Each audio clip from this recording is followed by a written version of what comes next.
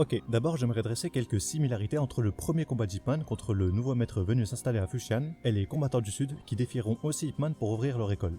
Globalement on a la même situation, mais quelques subtiles différences entre ces deux passages permettent de faire passer les combattants du sud pour des vrais cingouins, comparés au nouveau maître. Bon, d'abord on a quelques éléments assez évidents. Le maître Liu interrompt le dîner d'Ip Man, mais il le fait gentiment, tandis que Jin débarque dans la maison d'Ip Man et s'impose complètement. Le maître Liu est très respectueux à l'égard d'Ip Man, et même s'il est insistant, il se montre patient. Jin n'en a rien à faire du respect, et provoque même Ip Man.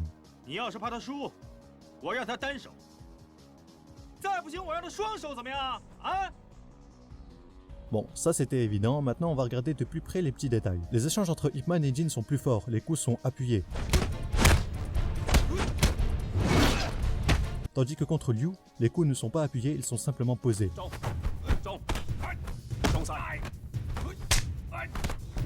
Et d'ailleurs notez que pour bien appuyer sur cette différence, dans les deux combats, Ip Man utilise le même enchaînement, qui est littéralement qu'une rafale de coups de poing au corps en fait.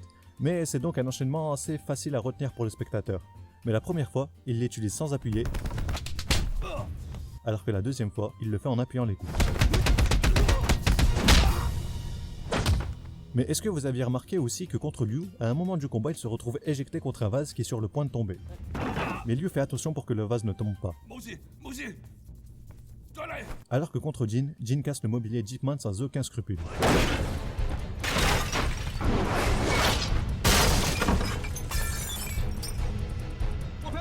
C'est bête, mais je pense que ce genre de détail permet au film de manipuler l'image que le spectateur va se faire d'un personnage ou d'un groupe de personnages. Et si on parlait un peu de l'interprète? Au début du film, Lee a un haut rang, c'est un capitaine, ou quelque chose du genre, et il nous le fait bien comprendre. Dans la seconde partie du film, lorsque le Japon a envahi la Chine, il est réduit au rang d'interprète pour les Japonais. Et là, si vous avez regardé ce film en VF, le personnage disparaît du film purement et simplement. En fait, au début, Lee est un larbin qui a vendu sa dignité en servant d'interprète et en refusant parfois de traduire les paroles violentes d'Ip Man.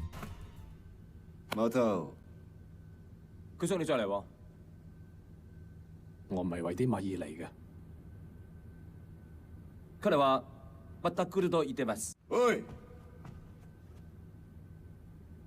貴様の名前は？佢想知你個名。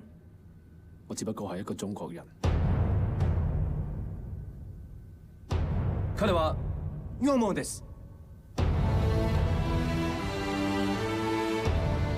Afin de ne pas déplaire aux Japonais. Mais petit à petit, Lee commence à doucement devenir un résistant contre les Japonais en ne traduisant plus les paroles de ceux-ci, mais en faisant semblant.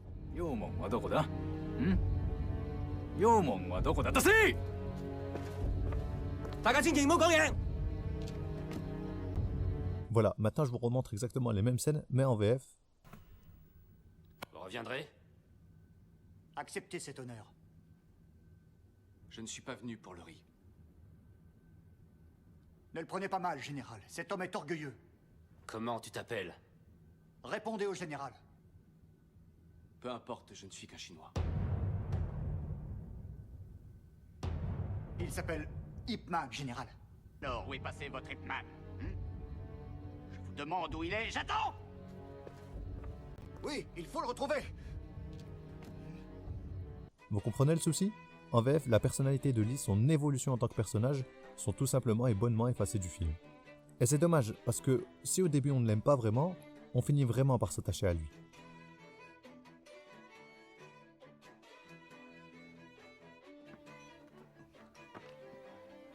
Non, laisse. Comment on va le mettre? Faut pas t'inquiéter, toute la famille va bien. Et vous trouvez pas ça fascinant qu'il a fallu probablement payer une doubleuse pour jouer la seule et unique réplique de ce personnage du film qui est... Faut pas t'inquiéter, toute la famille va bien. Bref.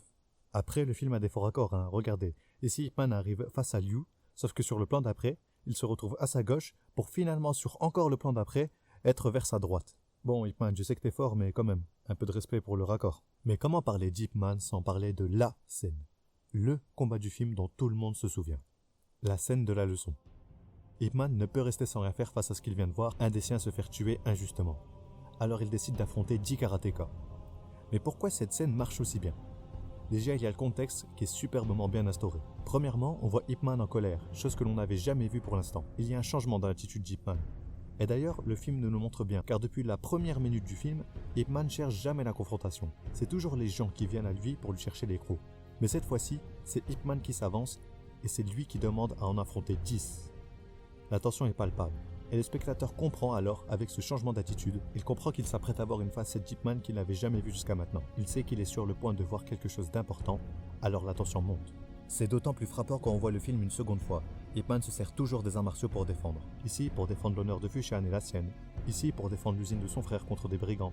Ici, pour défendre sa femme et son fils. Mais ici, c'est le seul moment, avec peut-être la fin du film, et encore, le seul moment où Ip Man utilise les arts martiaux, non pas pour défendre, mais ce pourquoi ils ont été créés à la base. L'utilité intrinsèque des arts martiaux détruit.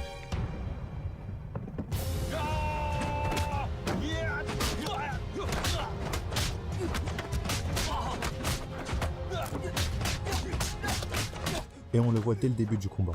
Ip Man est beaucoup plus brutal et violent qu'au début du film. Il casse même les membres de ses opposants. Le film réussit parfaitement à transmettre ce changement en Ip Man. Les impacts audio des coups sont beaucoup plus forts. Les échanges entre lui et ses adversaires sont plus vifs, à rajouter à ça le jeu d'acteur de Donnie Yen. L'expression d'Ip Man laisse transparaître de la colère et de la concentration, ce qui contraste avec le début du film, où Ip Man ne laissait transparaître que de la concentration. Il n'était jamais investi émotionnellement dans ses combats jusqu'à maintenant. On ressent la violence et la colère maîtrisée d'Ip Man, la violence et la colère maîtrisée d'un grand maître.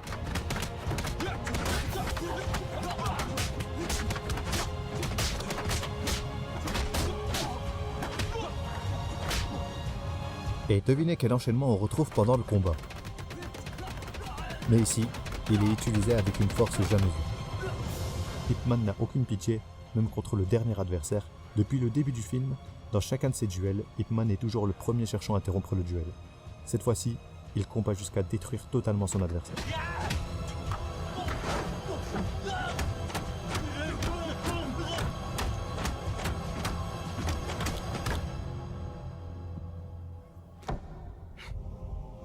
Ip Man est choqué, le spectateur est choqué.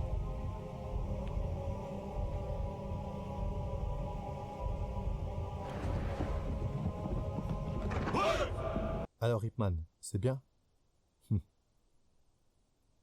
Ip Man n'est pas bien. Ip Man est génial. Alors c'est clair, Ip Man n'est pas parfait. Et je suis sûr que si on passe le film au peigne fin, on trouvera sûrement des défauts.